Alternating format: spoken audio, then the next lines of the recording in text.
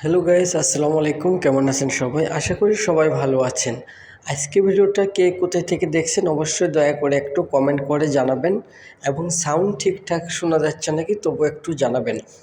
এবং যারা আমার এই চ্যানেলে নতুন অবশ্যই চ্যানেলটিকে লাইক, কমেন্ট, শেয়ার করবেন এবং চ্যানেলটিকে সাবস্ক্রাইব করে পাশে থাকবেন। এই চ্যানেল থেকে আপনারা কুয়েতের বিভিন্ন তথ্যগুলো আপনারা পাবেন।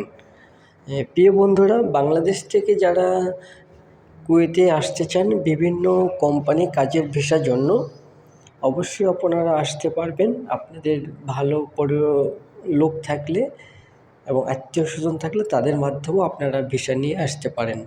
এবং আসার সময় আপনি একটু ভাষাটা শিখে আসার চেষ্টা করবেন। হালকা হলেও চলবে, ইংলিশ অথবা একটু আরবি। সেই সাথে পাশাপাশি আপনি যদি কোনো হাতের কাজ জানেন তাহলে আপনি অনেক টাকা পয়সা ইনকাম করতে পারবেন।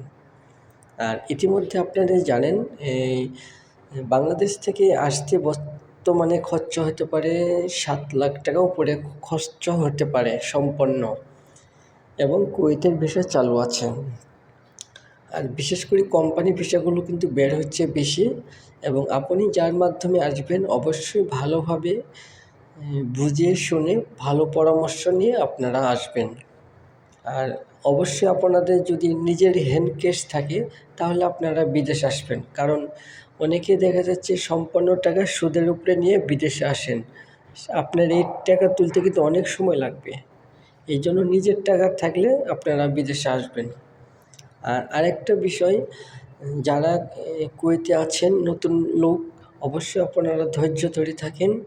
ইনশাল্লাহ অবশ্যই একদিন সফলতা হতে পারবেন। কারণ ভাই, ধৈর্য ধরে থাকলে, ভাষা শিখতে পারলে, পুরাতন হলে আপনি লাখ টাকা ইনকাম করতে পারবেন খুব সহজে।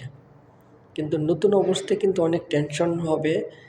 আর যেখানে পুরাতন লোক আছে ওখানে একটা নতুন লোক আসলে কিন্তু ওই নতুন লোকটা শান্তি পায় না। সবসময় তারা বিভিন্ন রকমের চাপ দেয়, যেমন এত টাকা দিয়ে বিদেশ আসছো কেন, নানান কথা বলে।